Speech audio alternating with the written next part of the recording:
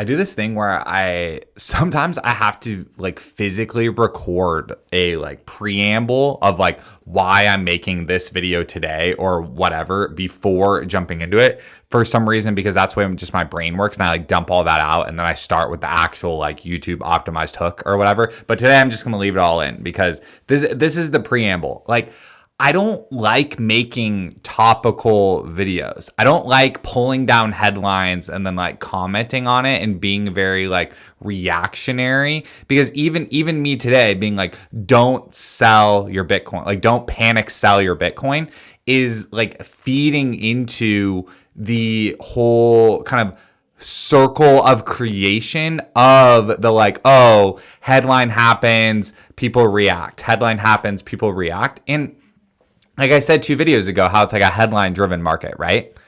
I don't like watching the news. Like, I don't watch the news. I don't read articles. Or like I do, but I do from a very like, again, very weird, like meta analysis, like removed from the situation kind of like vibe, right? And honestly, that's the way I watch YouTube as well. Like, I don't watch reaction videos. Like I see, and I don't fully watch just like evergreen educational content either. But I just feel like that like hybrid right in the middle of just like, I don't know, just again, yes, the contemporary environment we're in and like this week's environment we're in is frustrating and annoying. Like with the tariff uncertainty, totally, like absolutely. Do I wish that my Bitcoin investment was just like a straight up and to the right so that I could like use it predictably on like putting in a sick backyard pool at my house? Yeah, like I do. But that's like not the reality. That's not the reality. And there's also a whole crosswave of like, I think a lot of the commentary on just like what are Trump's goals, like in like comparison to like, you know, people that own stocks and people that don't. Like, there's a lot of people out there that just don't own stocks. They don't own stocks. They don't own Bitcoin. They don't own crypto. They just like go to work. They just go to work and they hold cash, and that's it.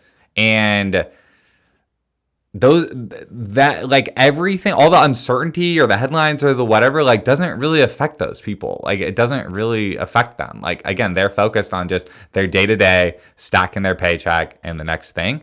And I mean, it just, yeah, it doesn't affect those people. And so I think there is some testament to the fact of like, he doesn't care. Like, it doesn't care what the stock market does. It doesn't care if people are gonna like freak out or whatever over the tariffs. So, but and that's the whole preamble of just the whole like, even me sitting here acknowledging it and talking to it is like it's feeding the fire almost like of it. And that's why I don't love to like constantly do that, right? But is volatility a real thing? And is it hard to like not panic sell your Bitcoin? Yeah, it is. Like, yeah, it is. And especially if you're not grounded in like, why are you doing it?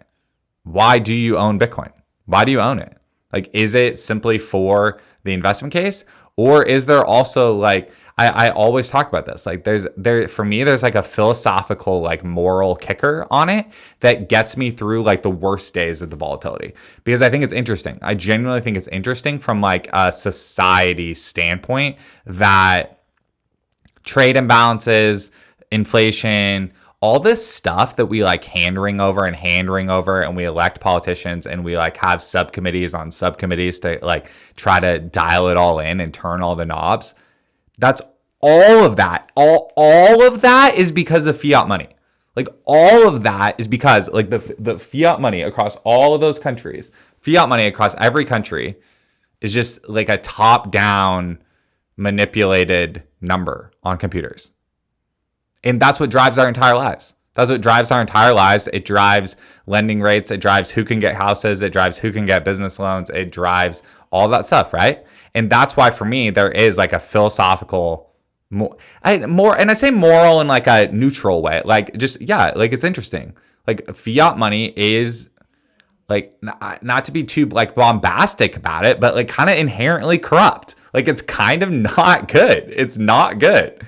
And the fact that we all just like live with it is like pretty frustrating. That just the efficiency of the entire world continues to just get skimmed off the top and just be manipulated by, again, lots of different subcommittees. So that's my genuine reaction to the headline. And like, am I frustrated at a personal level that my investment isn't steadily going up again, so that I can like knock off things on my own, like suburbs, cushy life? Yeah, I am. But am I also interested in the fact that like I've participated in like helping be a part of like ideally growing this movement that can like change the world, like fix the money, fix the world? Yeah, I am. And like that motivates me a lot. And I think that's really interesting. And so for you, as you're like reading the headlines and thinking about, why do you own Bitcoin? Why do you, and crypto? Why do you own the other crypto that you hold? Why? Like, does it have a path to product market fit and like solving something in the world for a segment of people? Does it? Like, ask yourself that. Does it? And if it does that, is there good value accrual to the token? Like, is all that dialed in? Or is it like a nice idea, but the value accrual to the token isn't dialed in?